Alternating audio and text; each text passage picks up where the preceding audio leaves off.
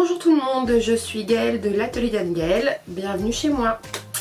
Alors aujourd'hui j'ai plein de choses à vous raconter. Il y aura une partie couture, une partie tricot, une partie DIY, une partie bricot, un petit retour sur ma dernière vidéo, mes dernières cousettes, et puis une petite partie achat. Alors je sais pas dans quel ordre, je ne sais pas si je vais tout tourner aujourd'hui, je vais essayer.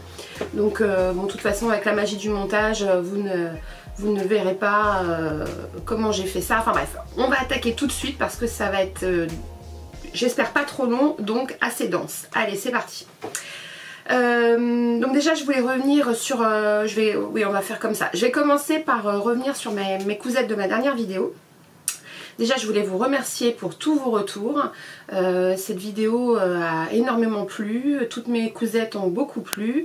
J'ai eu le nombre d'abonnés qui a grimpé en flèche, le nombre de vues, le nombre de commentaires, enfin c'est la vidéo des records on va dire. Donc bah, merci beaucoup, je suis vraiment très touchée par tous vos retours.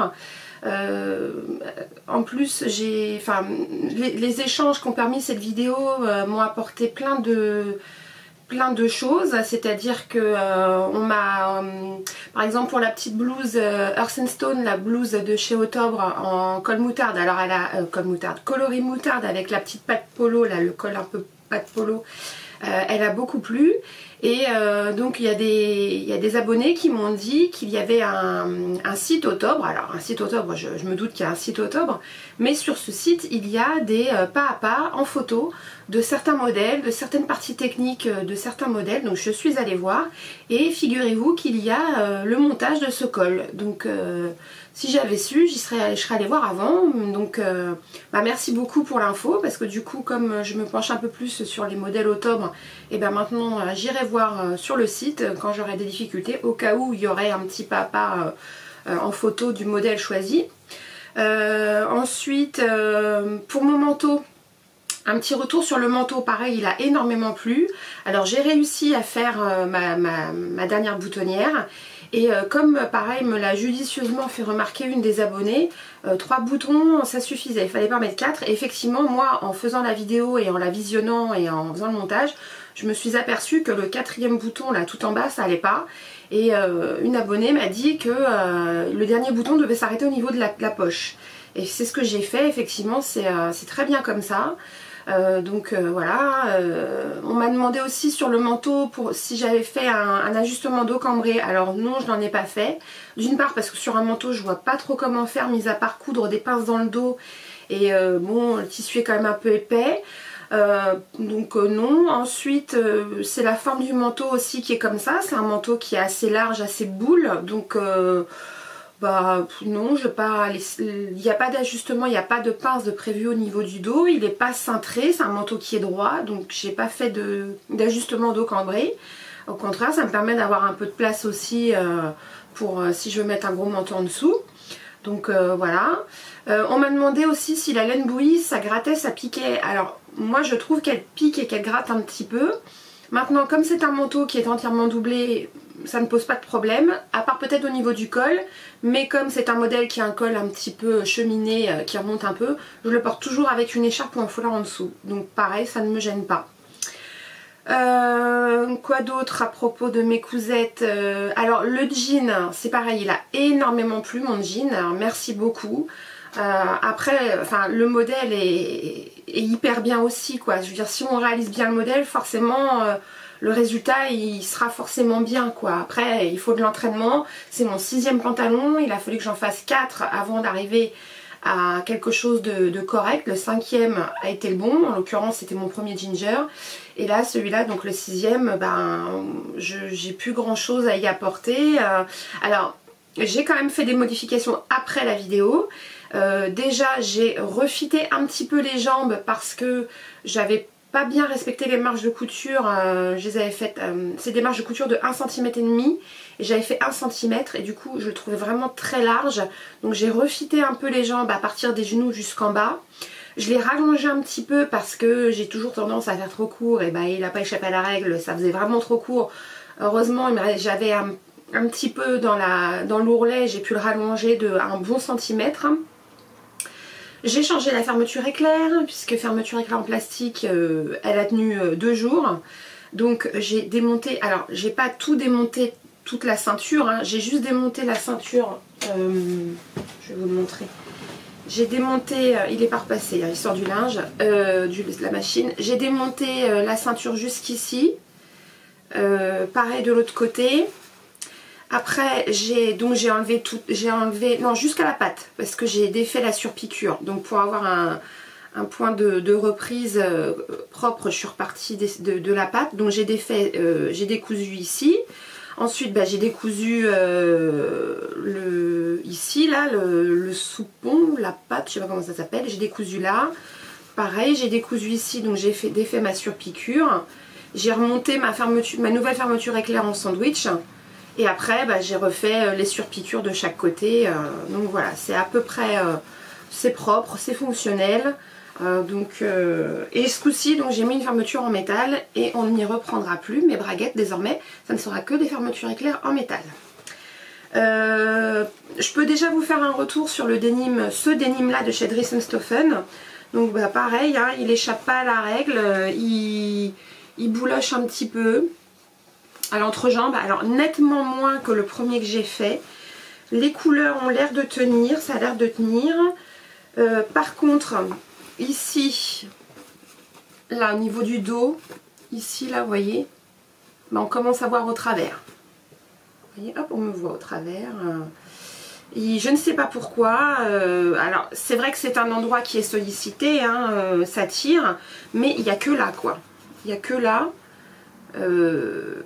Qu'il est en train comment dire, je ne trouve pas le mot, bref, vous avez compris, il est en train de s'user à ce niveau là, enfin c'est même pas de s'user, c'est ça tire sur la fibre, donc là il n'y a plus de tissu, là il n'y a plus que l'élastane à ce niveau là, hein, donc bon il tient, il va tenir, mais je ne sais pas pourquoi. Alors je sais que je vous dis c'est un endroit qui est sollicité, qui tire, mais il n'y a pas que là que ça tire, et il n'y a que là que ça fait ça.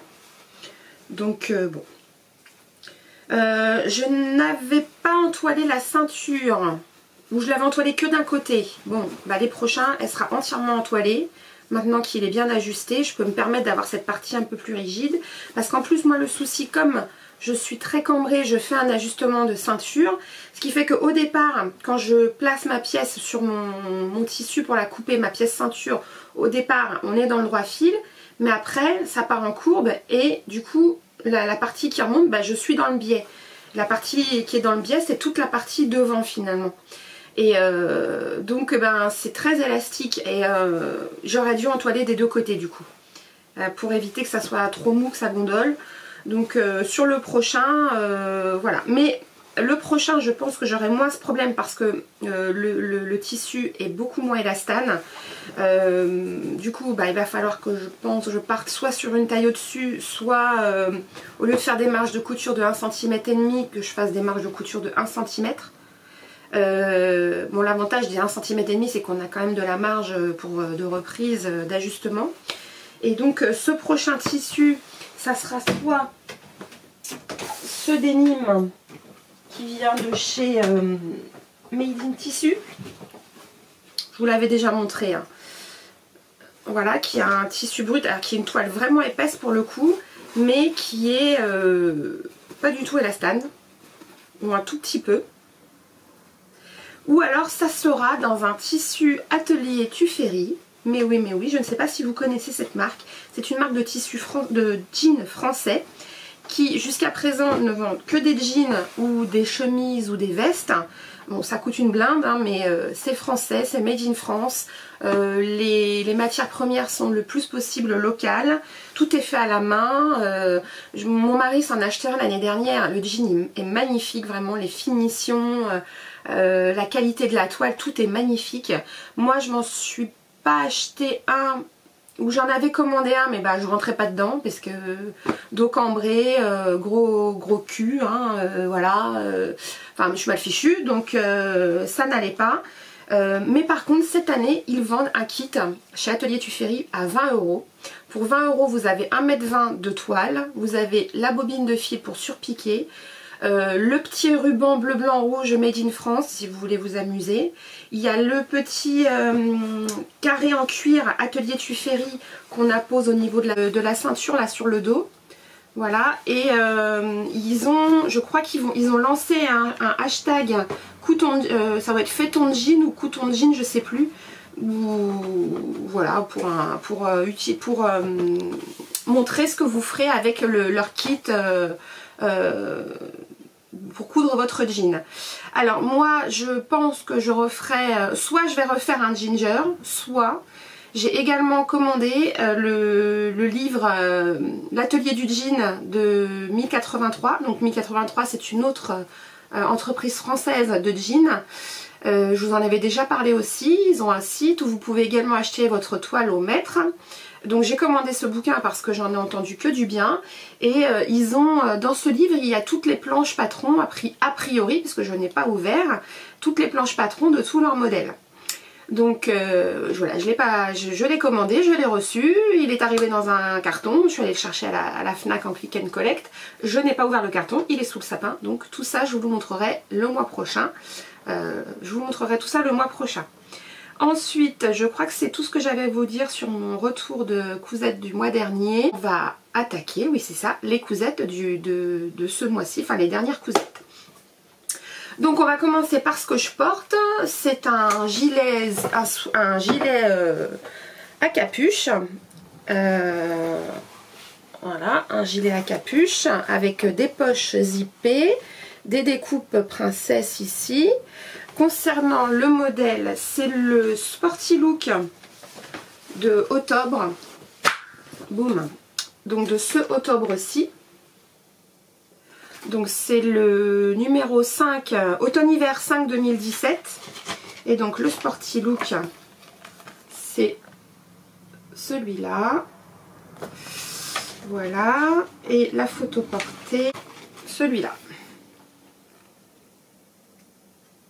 Voilà. Donc, bah, c'est du octobre. Hein, donc les explications, comment vous dire, les explications pour les poches là qui sont prises dans la couture de la découpe princesse, eh bien comment vous dire, j'ai rien compris aux explications. Donc j'ai cherché sur le net des vidéos, des tutos pour expliquer tout ça, et je suis tombée sur le blog qui s'appelle Coudre et Découdre Canal Blog. Et il se trouve que cette charmante personne a fait le suite et a filmé, enfin a photographié en pas à pas toute l'étape de montage des poches.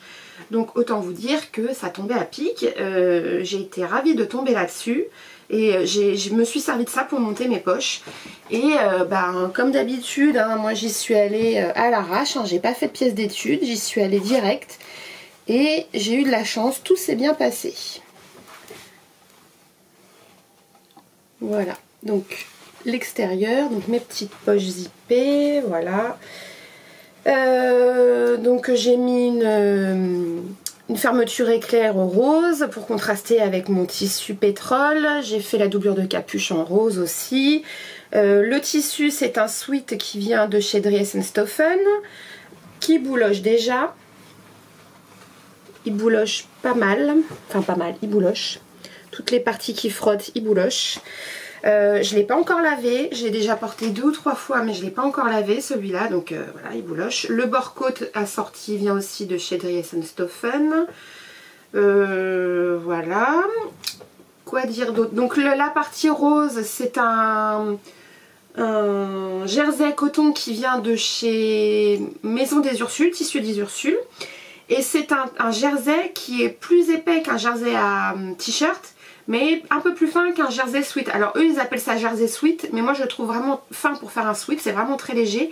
Par contre pour faire un t-shirt je le trouve un peu épais, mais il est d'une qualité, d'une douceur et vraiment très très bien. Bon par contre le prix c'est pas Dries & Stoffen, hein. Là je crois qu'on était à plus de 15 € du mètre. Hein. Bon.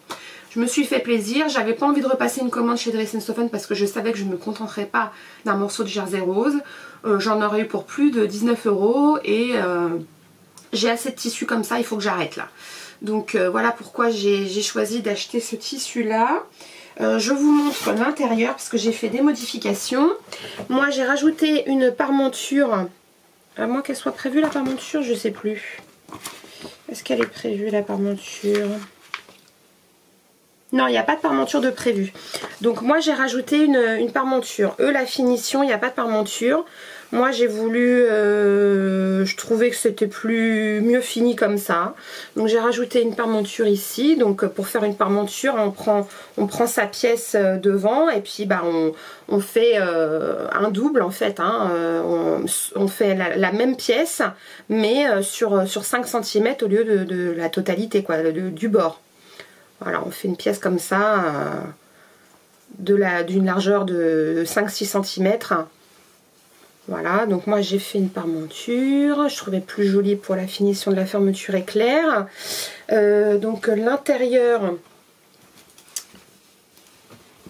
des poches, ça va, c'est pas trop mal.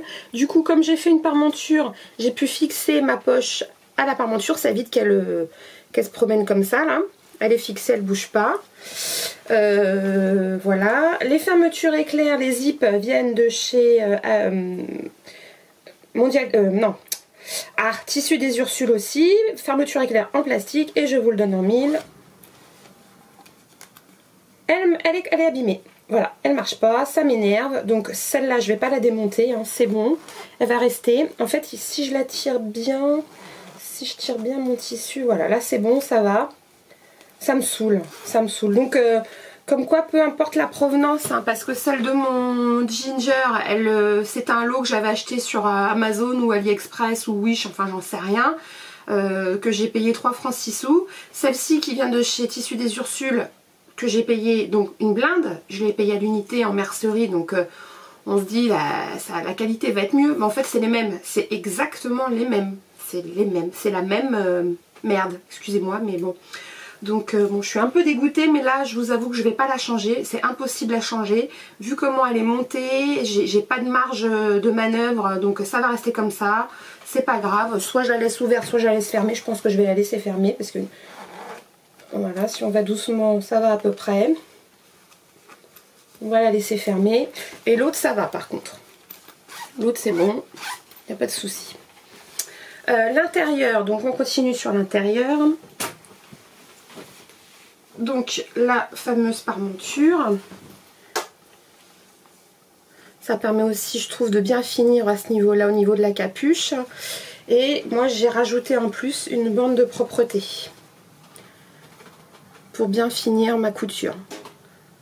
Donc c'est pareil, on me demande souvent comment je fais ma bande de propreté. Ben je vous avoue, j'ai tapé dans YouTube bande de propreté colle.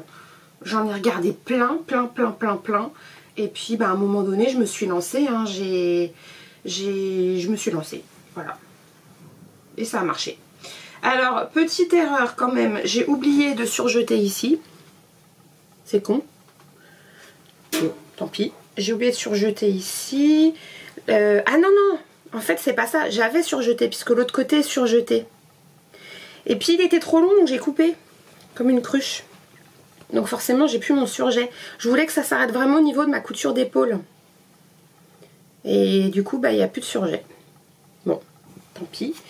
J'ai réussi à mettre mon étiquette à peu près correctement, à peu près droite, à peu près au milieu, ça a été. Et donc la petite capuche, donc la doublure est un petit peu plus courte que l'extérieur, ce qui fait que ça permet de rabattre l'extérieur sur l'intérieur. Donc ça fait une belle finition. C'est tout surpiqué. Voilà, donc là il y a une pose d'œillet qui s'est bien passée.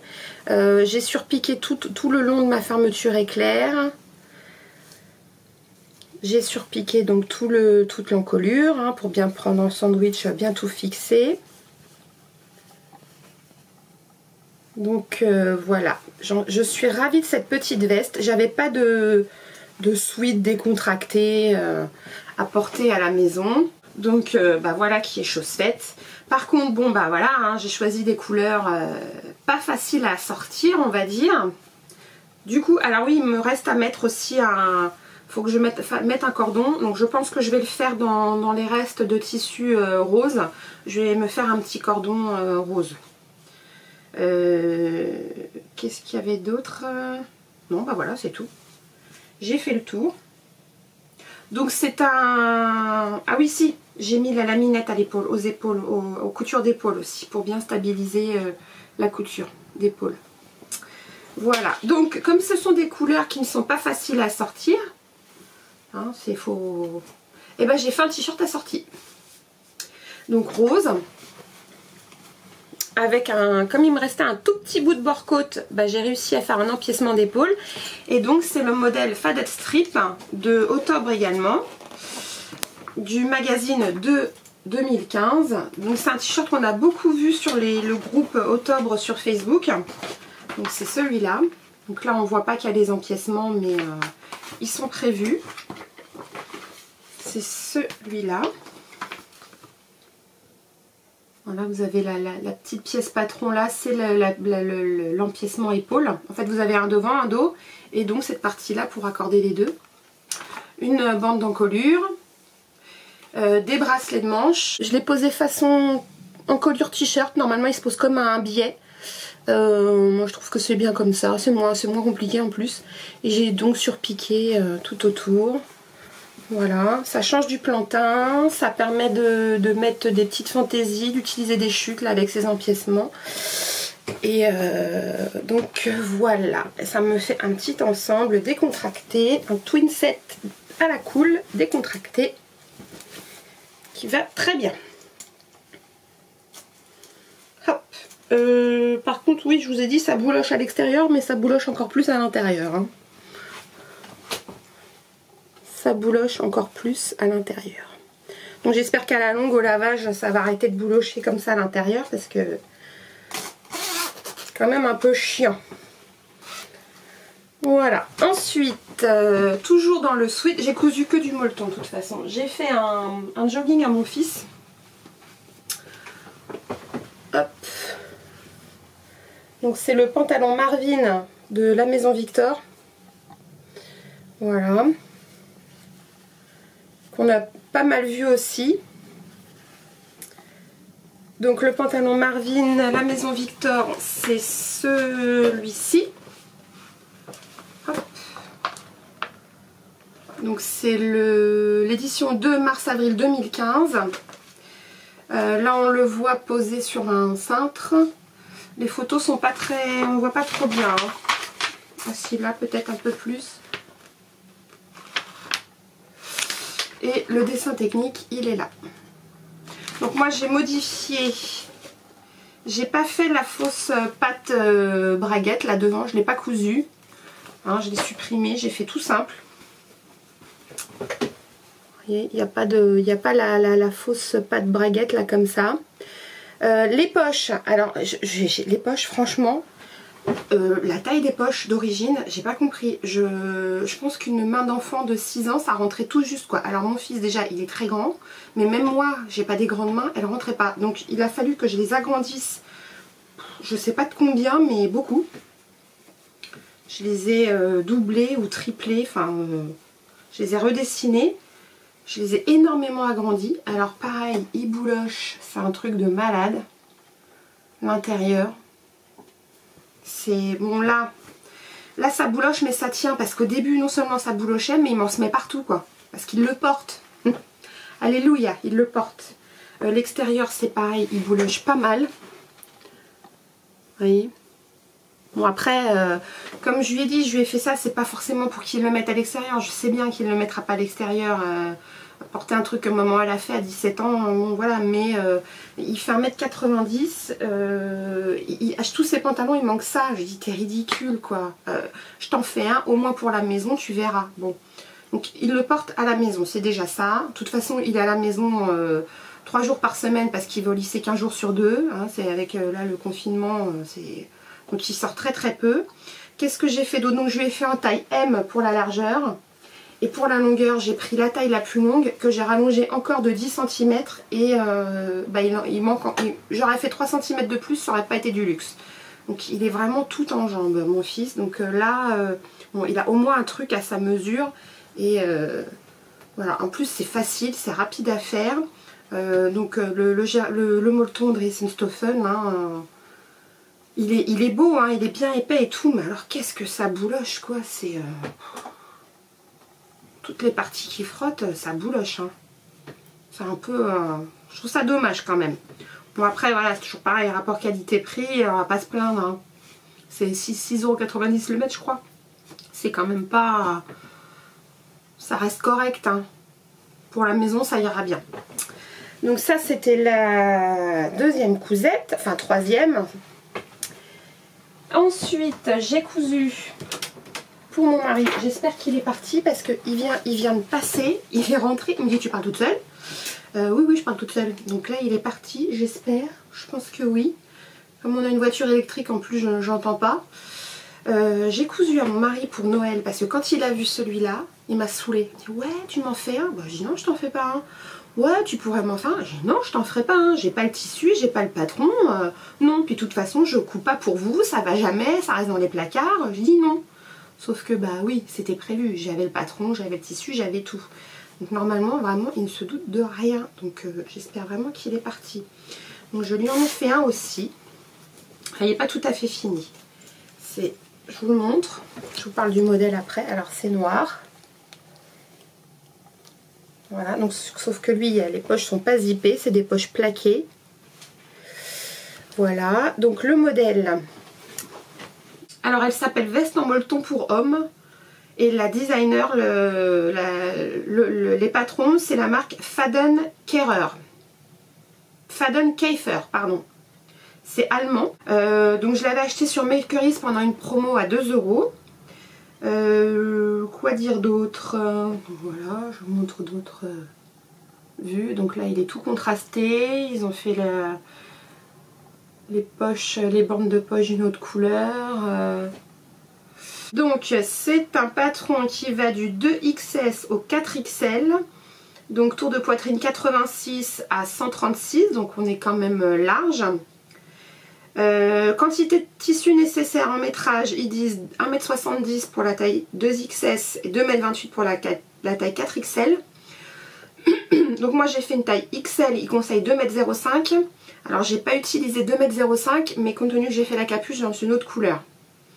Mais j'ai utilisé beaucoup moins, hein. Je devais avoir 1,50 m je crois. Mais effectivement si vous faites tout d'une seule couleur, 2 mètres on doit être bon. Donc il faut du bord-côte pour poignet et ceinture. Donc c'est un système, c'est pas un système de calque, vous pouvez pas l'imprimer en A0, c'est que du A4. Qu'est-ce qu'il y a d'autre? Donc le tuto, c'est un pas à pas en photo qui est quand même très bien fait. Et en plus, il y a une chaîne YouTube et il y a une vidéo pour ce modèle. Donc moi, j'ai survolé les explications écrites et je me suis appuyée sur la vidéo. Et puis comme j'avais l'expérience de celui-là, je vous avoue que ça a été quand même assez facile. Donc la particularité, c'est que la capuche, elle a quand même un grand col là. Vous voyez, la fermeture éclair, elle s'arrête ici. Et ça, c'est la capuche. Bah, vous savez quoi, je vais l'enfiler comme ça, hein, vous allez voir.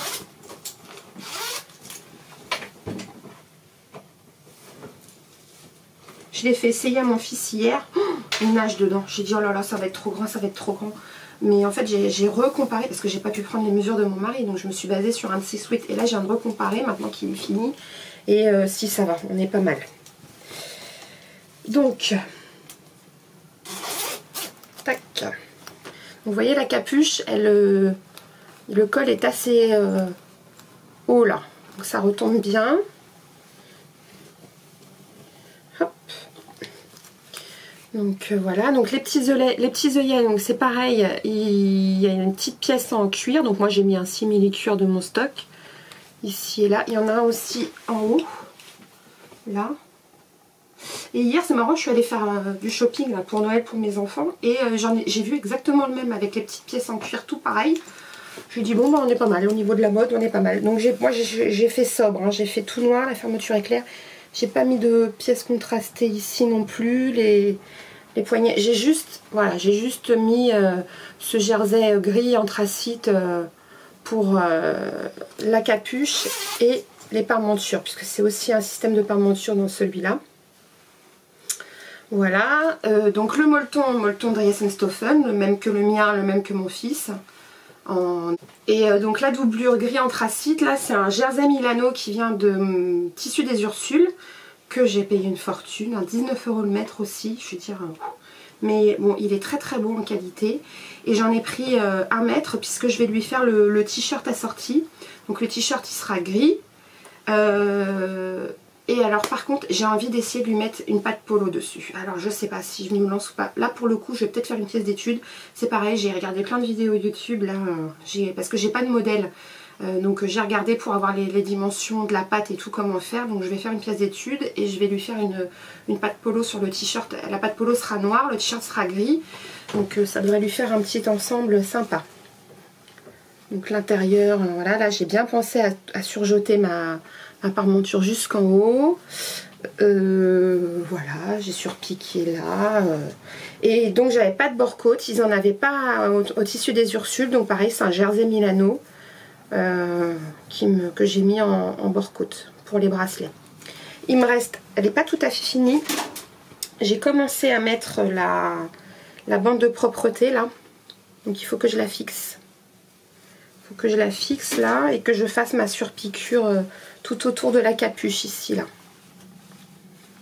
Mais bon, c'est pas mal quand même. C'est pas mal, ça devrait lui plaire. Bon après voilà, c'est noir, c'est simple, c'est sobre. Ça devrait aller. Donc bah, j'ai trouvé les explications très claires. Tout s'imbrique très bien. Le patron est très très bien fait.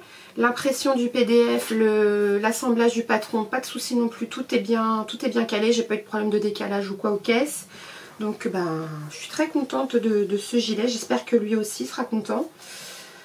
Il n'y a pas de raison. Mais là je suis en train de me rendre compte que ma surpiqûre ne me plaît pas. Donc je me demande si je vais pas démonter. Je veux que ça soit parfait. Non, ça me plaît pas. La surpiqûre me plaît pas. Là. Ça gondole, ça me plaît pas. Il y a des chances que je la démonte. On verra. Non, ça me plaît pas. Je pense que je vais démonter. Je vais démonter, je vais la refaire. Ouais, non, et en plus là, je sais pas ce qui s'est passé. Bah si, il s'est passé que j'ai fait ça, pareil, un lendemain de garde où j'avais dormi 3 heures, donc... jamais faire ça, quoi. Avec toute de traviole.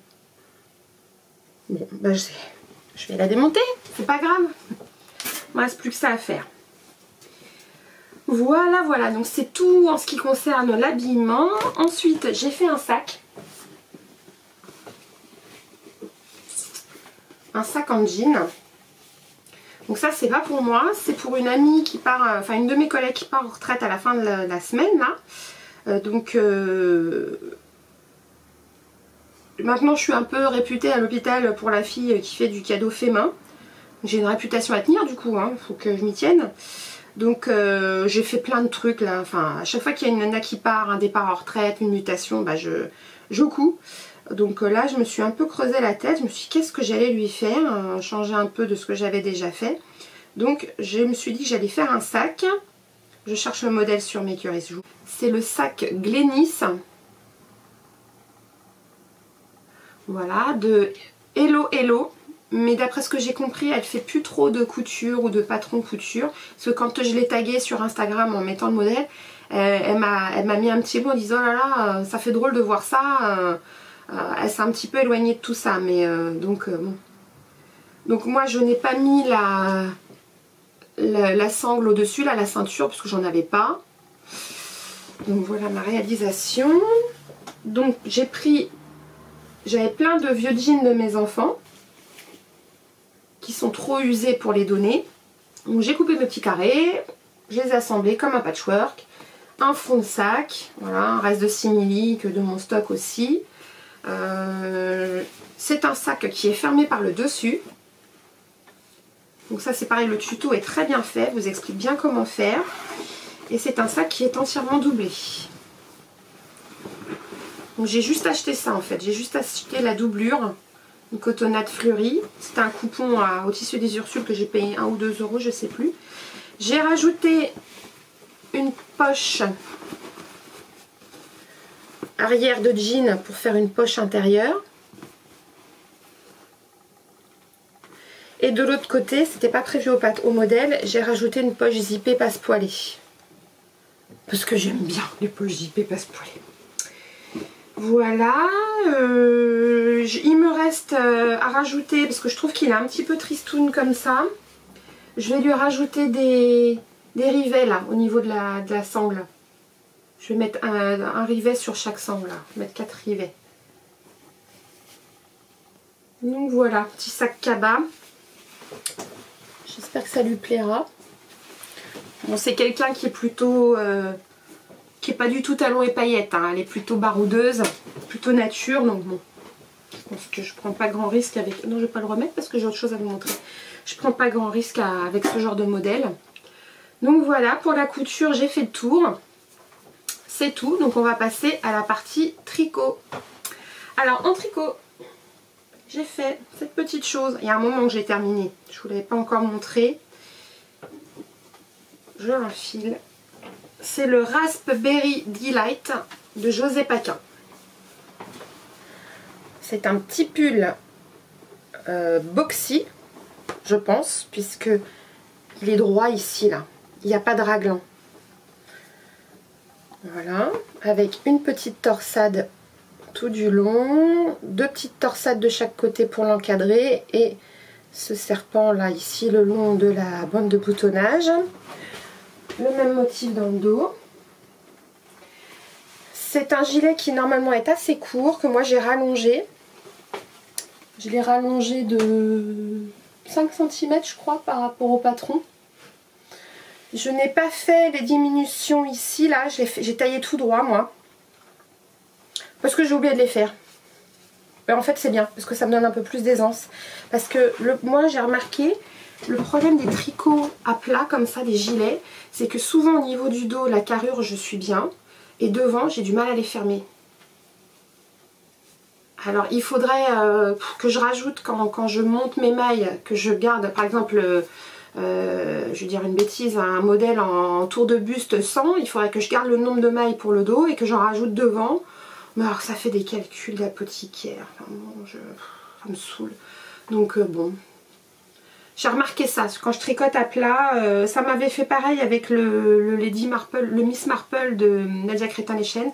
Le dos il est bien, la carrure il est bien et devant j'ai du mal à le fermer, je trouve qu'il est juste. Bon. Là, en trichant comme ça, il est bien. Donc il n'a pas de boutons, les boutonnières sont faites. J'en ai pas trouvé encore en magasin, j'ai rien en stock qui me plaît. Donc là j'en ai commandé sur AliExpress, donc s'ils arrivent un jour, ils sont un peu vert de gris ceux que j'ai pris. Un peu comme ceux de mon manteau. Alors, donc je vous ai dit, c'est le Raspberry Delight de José Paquin. Je cherche mes notes. Que j'ai tricoté en drops, moi je suis la team drops, en drops Lima, coloris vert océan mix. J'ai utilisé 11 pelotes. 11 pelotes et j'avais payé moi 2,32 € la pelote à l'époque. Donc ça fait 23, un peu plus, aux alentours de 25 € le pull. C'est de la laine 65% laine, 35% alpaga. Ça équivaut à de la worsted. Je l'ai tricoté en numéro 5 pour le corps et 4,5 pour les côtes. C'est un top down, il se tricote de haut en bas. Je l'ai fait en taille L. Et il se commence par un montage provisoire au niveau de l'encolure. J'avais jamais fait ça. C'est pareil, toujours pareil, team YouTube tuto. J'ai cherché, j'ai tapé sur YouTube montage provisoire. Et j'ai pris le tuto de Magdalena Triple L de Mag. Voilà. Ensuite on relève les mailles pour les manches qui sont tricotées en rond. Et pour le col enfin on relève les mailles également pour la bande de boutonnage. C'est un patron qui est payant en français sur Ravelry à 5,28 €. Que moi j'ai mis à part cette histoire de mailles provisoires pour l'encolure, que j'ai trouvé vraiment très facile à faire, très bien expliqué. Et je me rends compte, plus ça va, que c'est pareil, le fingering c'est pas pour moi en fait. Moi tout ce qui est en 3, 3,5, je trouve que c'est trop fin. D'ailleurs j'ai tricoté j'avais tricoté celui-là. Je me rappelle plus le nom du modèle. Je vais vous le remettre en dessous. Et puis bah, vous voyez, je suis en train de le démonter. Il est tricoté en baby alpaga drops. Donc c'est tout fin comme laine. C'est du fingering. Alors c'est hyper doux, il y a de la soie dedans aussi. Ou de la Baby Alpaga Silk. Ça doit être ça. Donc c'est une laine qui coûte quand même assez cher pour du drops. Et vous voyez, je l'ai tout démonté quoi. Je l'ai tout démonté parce que déjà, j'aime pas la forme qu'il a pris. Ça faisait des trous au niveau des emmanchures. Donc je suis en train de tout le démonter. J'ai déjà démonté les manches et l'encolure. Et je vais le recycler. Je pense que, par contre, vu le drapé et la douceur de la laine, je vais m'en faire un châle. Un châle avec le bonnet assorti. Parce que je ne vais pas la retricoter en pull. Il faudrait, pour moi, en fait, il faudrait limite que je le tricote en double. Pour avoir la densité qui me plaît. Là, non. La fingering, plus ça va, plus je me rends compte que c'est pas fait pour moi. Je préfère une taille au-dessus. À partir de ce qui se tricote en 4, voilà, je trouve que ça correspond plus à ce que j'aime porter, à ce que j'aime tricoter. Voilà, là, j'aime bien la taille du point, la densité de l'ouvrage. J'aime bien. Alors, bah tiens, puisque je vous montre ça, au niveau des bouloches, ça donne ça. Je trouve que ça va. Compte tenu que je l'ai déjà énormément porté, j'ai dû le laver 2 fois. Je trouve que ça va parce que j'en ai un autre. Alors l'autre, je me rappelle plus ce que c'est comme laine. C'est pareil, je vous le remarquerai en dessous. Je vous remettrai une photo incrustée du modèle que j'avais tricoté. Il bouloche, c'est horrible. Ça me fait des dreadlocks. J'ai des dreadlocks partout sur moi. C'est pas terrible. Hein. Donc, il sera pas recyclé, je le porte, mais je vous mets les photos. Ça va pas. Donc là, je trouve que celle-là, au niveau de la bouloche, on est bien. On est pas mal. Donc voilà pour ce petit Raspberry Delight. Qui du coup va bien avec ce petit t-shirt là. Mais bon, je le porte avec du blanc, du bleu ciel. Ça passe bien. Il est chaud juste comme il faut. Je suis vraiment très contente de ce petit pull. Ensuite, en encours, alors j'ai de la Drops Alaska. Alors, la Drops Alaska. Mince, j'ai pas de pelote neuve là. Bon, c'est pas grave. De la Drops Alaska. J'avais prévu au départ de me faire un gros pull irlandais, un modèle Garn Studio. Voilà, qui a un gros pull irlandais avec des torsades. Et puis, je sais pas pourquoi, j'ai changé d'avis. Après, j'ai eu envie de me faire le haut sable cardigan qui était comme ça. Avec un motif sur l'épaule, sur le dos, qui était tout en pointerie. Donc je l'avais commencé, hein, j'avais fait les 2 manches, je crois. Non, c'est pas ça. En fait, la construction, il se tricotait par le bas jusqu'aux emmanchures. Après, on laissait le bas de côté, on tricotait les manches. Et après, on rejoignait le bas avec les manches et on continuait à plat jusqu'en haut. Sauf que, pointerie, c'est un point qui est quand même très mou, très élastique, très mou, très slutchy, enfin je sais pas comment on dit, très mou. Cette laine est une laine assez grosse, il était tricoté en 6. Donc j'avais peur qu'après blocage, malgré un échantillon, je crois que j'ai fait l'échantillon, je sais plus. J'avais peur qu'après blocage, je me retrouvais avec un truc démesuré, trop lourd.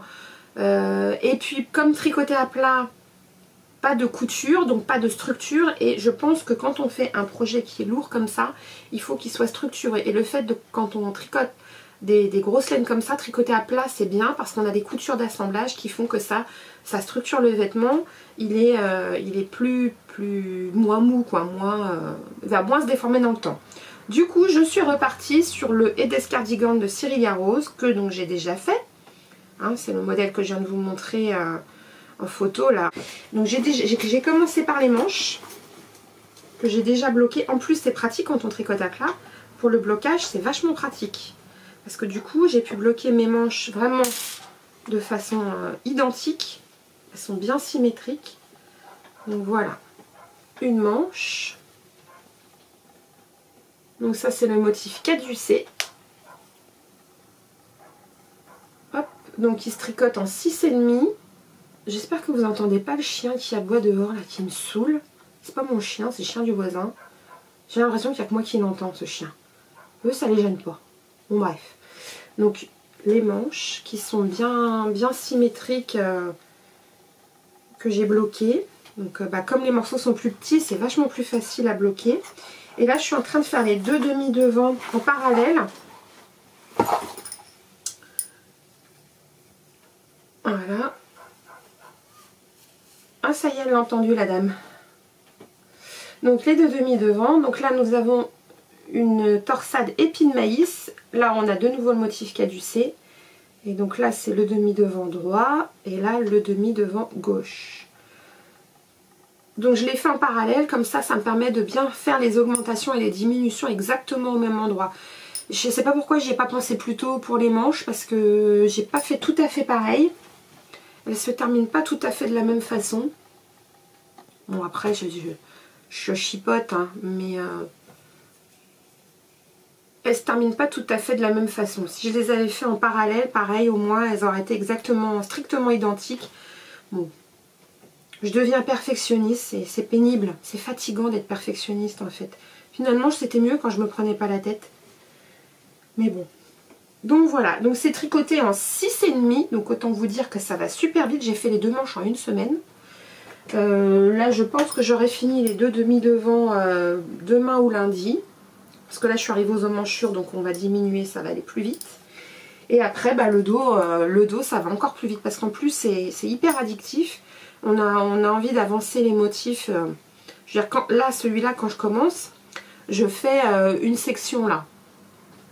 Et là, le motif caducé, il se fait sur 8 rangs. Donc, je fais toujours 8 rangs par 8 rangs. Donc, j'ai vite fait de faire 16 rangs ou 24 rangs. Donc, ça monte très très vite. Puisque une portion de caducé, là, ça fait déjà presque 6 cm. Donc, ça va super vite à faire. Et finalement, c'est un modèle qui est assez simple. Alors, le patron est gratuit, il est en anglais, mais je l'avais trouvé en français. Donc, c'est pareil, je vous remettrai le lien du site où je l'avais trouvé en français. Il est franchement accessible. Hein. Là, je le fais sans regarder la grille. Hein. Je monte le motif, il se retient très très vite. Hein. Donc voilà pour le tricot, c'est tout ce que j'ai à vous dire sur la partie tricot. On va passer à la partie DIY. Je me suis fait une petite boîte en cartonnage pour ranger mes fils de broderie. Oups là. Alors c'est la première fois que je fais ça, je vous la montre quand même. Mais vous voyez, elle a gondolé. Alors, pourquoi est-ce qu'elle a gondolé? Elle a gondolé parce que mon carton est un petit peu trop fin. Petit 1. Petit 2. Ma colle est peut-être pas adaptée. J'ai pris de la colle blanche. Colle blanche quoi. Un peu comme de la colle à bois. Petit 3. J'aurais peut-être dû bien le comprimer entre une pile de bouquins pour qu'elle reste bien plate. Pourtant je l'ai fait, hein, mais pas assez visiblement. Ensuite l'intérieur, c'est pareil, hein, le papier a gondolé. Donc bon, c'est pas une réussite, mais je suis quand même contente. C'est la première fois que je faisais ça. Elle est quand même fonctionnelle. C'est quand même mieux que ranger dans ma boîte à sucre où tout était en vrac là-dedans, tout était emmêlé. C'est un tuto que j'avais trouvé sur YouTube sur la chaîne de Tagadanai. Elle fait que de la récup, elle transforme des objets du quotidien, des objets de chez Action, les objets qu'elle trouve dans les encombrants, dans les poubelles. Elle a plein de bonnes idées. Bon là, clairement ma boîte elle a pris cher pendant le séchage quoi. Donc bon, je vais pas la jeter, je la garde, elle est très bien comme ça. Mais, enfin elle est très bien comme ça, non elle est pas très bien comme ça, mais elle fait le job. Mais je vais essayer d'en refaire une. Et parce que le bas n'a pas gondolé bizarrement. Donc je pense que c'est vraiment un problème au séchage. Le bas est resté bien plat.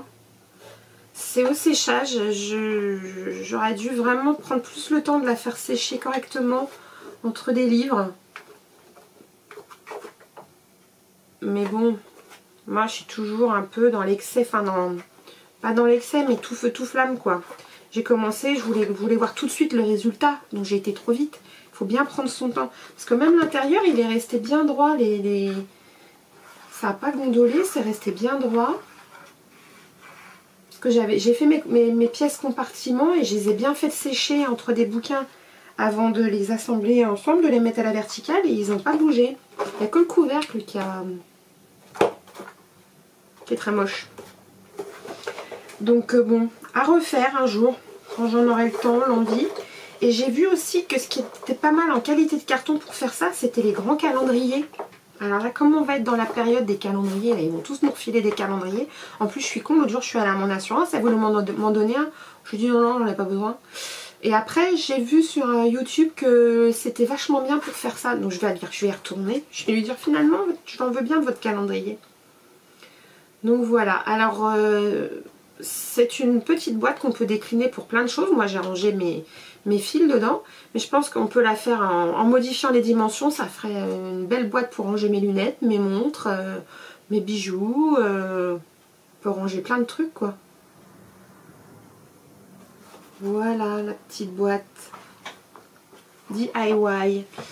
Et pour la partie bricot, donc je vous montre, je vous mets une vidéo à part parce que là je peux pas vous la montrer parce que tout mon bazar est posé dessus, là, mon appareil photo, mes bouquins. J'ai monté ma table à repasser sur un caisson Kallax de chez Ikea.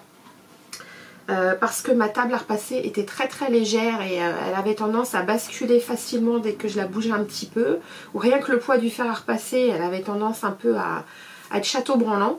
Donc j'ai démonté le plateau et je l'ai fixé sur un caisson Kallax, un caisson à 3 cases, la Kallax qu'on voit partout, qu'on voit beaucoup dans les ateliers des couturières, qui coûte 35 €. Après le caisson de base, après vous pouvez rajouter des blocs tiroirs, vous pouvez rajouter des portes. Moi pour l'instant j'ai laissé comme ça, j'ai pas rajouté j'ai vraiment pris le modèle de base et j'ai fixé ma table à repasser dessus. Alors j'avais prévu de mettre des roulettes aussi, sauf que les roulettes, chez Ikea ils vendent les 4 petites roulettes sans frein à 6,90 € je crois. Ou sinon la paire de roulettes avec frein c'était 9 €. Donc avec frein il aurait fallu que j'en prenne 4 parce qu'en plus je peux pas, elles font pas la même taille, hein. Celles les vendues par 4 sans frein ne font pas la même taille que celles vendues par 2 avec frein. Donc on peut pas les mixer. Si j'en veux avec frein, il faut que je prenne les 4. Donc ça faisait encore ajouter 18 €, ça m'embêtait un petit peu. Je verrai à l'usage. Elle glisse très bien sur mon parquet. J'ai mis des patins en feutre en dessous, ça glisse très bien sur mon parquet. Le seul truc c'est que c'est un petit peu bas. Donc c'est vrai que si je rajoute les roulettes, ça va me la faire remonter de 6 bons centimètres. Ça sera peut-être plus confortable. Après, voilà, je m'en sers pas pour faire mon repassage au quotidien. Je m'en sers que pour la couture. Donc bon, c'est pas... Et encore que je m'en sers quand même de plus en plus pour mon repassage quotidien. Parce que comme tout est en place, j'ai pas besoin de tout ressortir en bas dans ma buanderie là. Donc voilà. Ensuite concernant les achats, donc je vous ai parlé de mon comment dire, mon tissu atelier Tuffery là, le bouquin l'atelier du jean, ma machine à coudre, je vous en ai parlé la dernière fois. Par contre ce que je vous ai pas dit c'est qu'elle était vendue avec tout un lot d'accessoires. Il y en avait pour 50 € d'accessoires. Elle était vendue avec un lot de fils Gutermann, des couleurs basiques. Il y avait du noir aussi que j'ai retiré là pour faire mon sweat. Elle était vendue avec un lot de canettes Elna qui vont avec ma machine. Dedans il y avait également des aiguilles. Il y avait qu'est-ce qu'il y avait d'autre? Il y avait plein de trucs mais comme j'ai déballé. J'ai eu 5 paquets d'aiguilles Schmetz. Donc des aiguilles universelles, des jeans.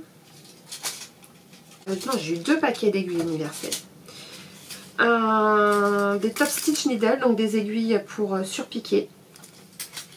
Et des aiguilles stretch.